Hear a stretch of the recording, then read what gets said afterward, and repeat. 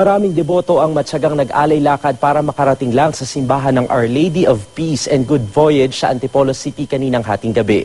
Binuno nila ang paakyat na daan at di ininda ang pagod sa ilang oras ding paglalakad kahit antok at pagod na. Lalo pat karamihan sa kanila ay nagmula pa raw sa simbahan ng Quiapo. Pagdating naman sa mismong Antipolo Church, halos di naman mahulugang karayom ang tagpo sa may bukana nito. Di na halos mapasok ang plaza kung saan naroon ang simbahan dahil sa kapal ng tao.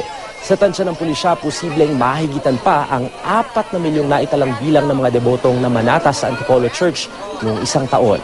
Marami sa mga deboto sa labas na ng simbahan nagpalipas ng magdamag. Base sa impormasyon ng mga tao ng simbahan, mamayang 3:00 pa ng hapon ng misa. Samantala dahil maraming deboto, may ilan ding kinuha itong pagkakataong magnegosyo. Bukod sa kasoy at suman, mabenta rin ang ilang religious items at mga kandila.